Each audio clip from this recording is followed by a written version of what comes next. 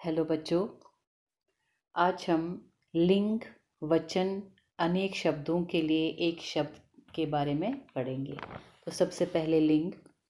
शब्द का वो रूप जो स्त्री जाति अथवा पुरुष जाति का बोध कराता है लिंग कहलाता है। हिंदी में लिंग दो प्रकार के होते हैं, पुल्लिंग और स्त्रीलिंग।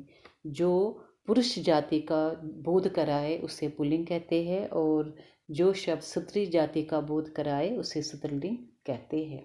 अब आगे है नित्य पुल्लिंग। वे प्राणीवाचक संज्ञाएं जिनमें नर और मादा दोनों होते हैं, परंतु दोनों के लिए पुल्लिंग का ही प्रयोग किया जाता है, नित्य पुल्लिंग कहलाते हैं। जैसे उल्लू, कुछवा, मच्छर, सारस, तोता, कौवा आदि। नित्य स्त्रीलिंग। वे प्राणीवाचक संज्ञाएं जिनमें नर और मादा दोनों होते हैं, किंतु उन दोनों के लिए केवल स्त्रीलिंग का ही उपयोग किया जाता है, वे नित्य स्त्रीलिंग कहलाती है। जैसे मक्खी, छिपकली, चील, मकड़ी, गिलहरी, कोयल, लोमड़ी आदि।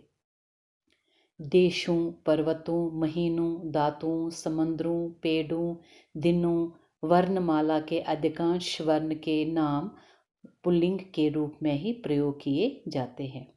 नदियों, तिथियों, भाषाओं, लिपियों आदि के नाम आई, आवट, आहट, वा आदि प्रत्ययों से युक्त भाववाचक संज्ञाएं स्त्रीलिंग के रूप में ही प्रयोग किए जाते हैं। इसके बाद हम पढ़ेंगे वचन के बारे में। शब्द के जिस रूप से उसकी संख्या का बोध हो उसे वचन कहते हैं। वचन के दो भेद है, एक वचन और बहुवचन। वचन के विषय में कुछ महत्वपूर्ण नियम। कभी कभी आदर प्रकट करने के लिए एक वचन के स्थान पर बहुवचन क्रिया का प्रयोग किया जाता है। जैसे पिताजी कल दिल्ली जा रहे हैं।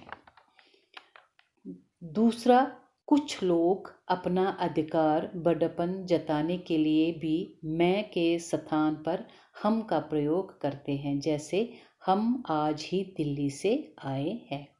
तीसरा, दर्शन, प्राण, बाल, आंसू, हस्ताक्षर आदि संज्ञाएं सदा बहुवचन में ही प्रयुक्त होती है। जैसे आपके बाल काले और घने हैं। चौथा, कई बार जातिवाचक शब्द एक वचन में प्रयुक्त होता है और बहुवचन का बोध करवाता है। जैसे नारी का सम्मान करना चाहिए। पांचवा, आग, दूध, पानी, वर्षा, जनता आदि शब्द सदैव एक वचन में प्रयुक्त होते हैं। जैसे जंगल में आग लग गई।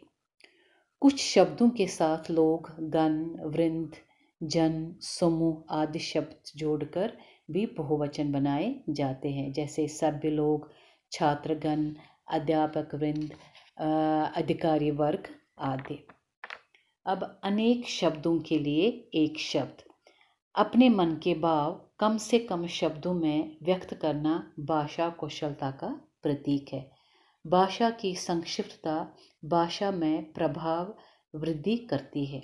इसलिए वाक्यांशों के लिए एक शब्द का प्रयोग करने से भाषा में संक्षिप्तता तो आती ही है, भाषा प्रभावशाली भी हो जाती है। कुछ उदाहरण इस तरह है। जो जीता न जा सके उसको हम अजेय कह सकते हैं। जो कम बोलता हो अल्पभाषी, जिसका कोई अंत ना हो अनंत।